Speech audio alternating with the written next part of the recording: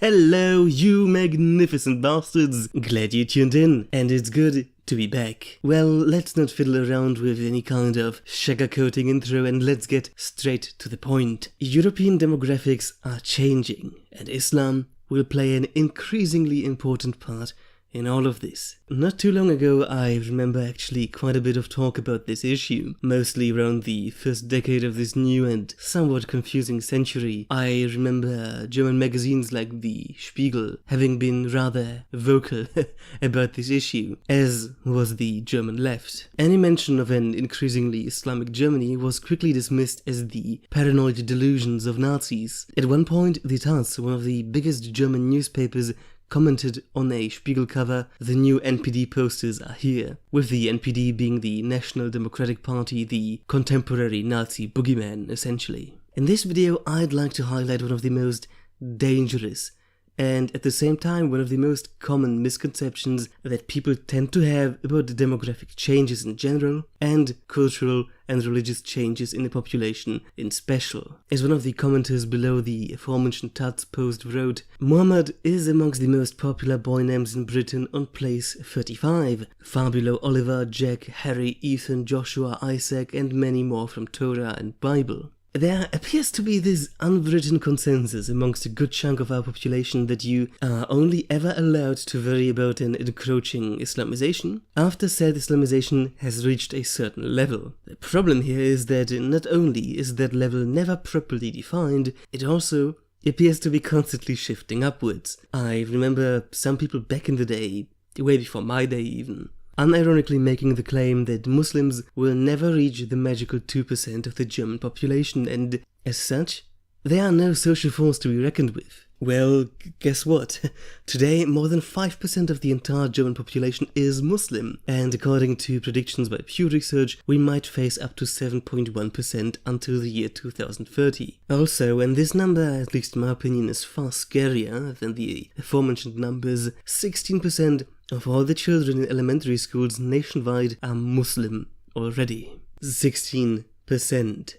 That's, by the way, roughly 2% more than 5 years ago. And in many German schools, Muslims are already a relative or even absolute majority. In the German federal state of North Rhine-Westphalia, for instance, Muslims make up on average between 30 to 40% of all students enrolled. And to put all of this bluntly, essentially, a daughter today is a mother tomorrow.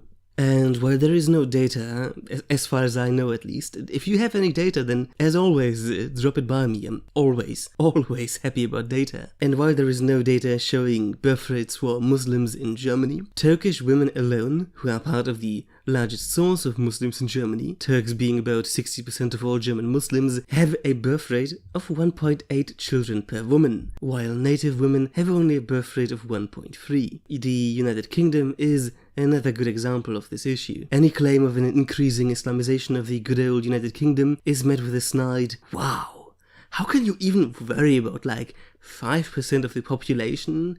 Like, for real now?" Well, some 10 years ago, that was only 3%, and some 20 years ago, that was only around 1.8%. Of course, social trends such as birth rates change over time, and any prognosis is to be taken with a massive grain of salt, especially considering that foreign birth rates often adapt to the levels of native birth rates over time. But still, it doesn't take a genius to understand one simple thing. Birth rates of 1.8 children per woman versus birth rates of 1.3 children per woman, with mortality, immigration, and all other factors being comparable, essentially, leads to only one thing in the long run: 1.8 outbreeding 1.3. It's also important to note that non-Muslim immigrants as well have, on average, higher birth rates than native Germans, 1.6 children per woman on average, with African immigrants having the highest birth rates, somewhere above 2.1. It's true that there is no Muslim majority in Europe right now. It also is true that they will not outbreed us in one generation and create a European caliphate that for some reason also includes the highly anti-Muslim countries of Eastern Europe. And it's also true that birth rates drastically drop in these cases over time, and we might never actually see even 10% of the European population being Muslim. But nobody should be arguing this point. This should not distract us from the astronomical growth of Muslim communities in Europe. It went from guest workers and essentially a side street curiosity to becoming one of the fastest growing communities in Germany. 16 out of 100 German school children are already Muslim, and all that within a few decades. So when I am complaining about Islamization, I am not making the claim that there's literally Muslims everywhere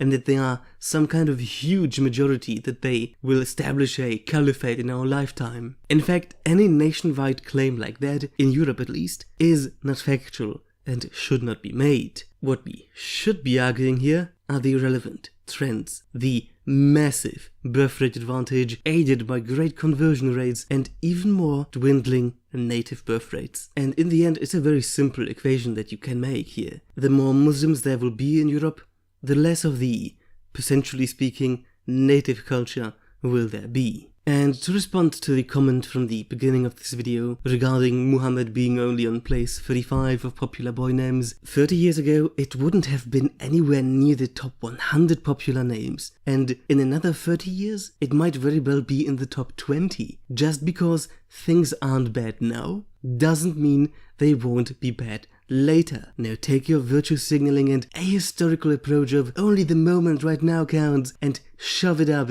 your Gutmensch ass. I am Dr. Layman, glad you tuned in, and as always, Babylon prevails.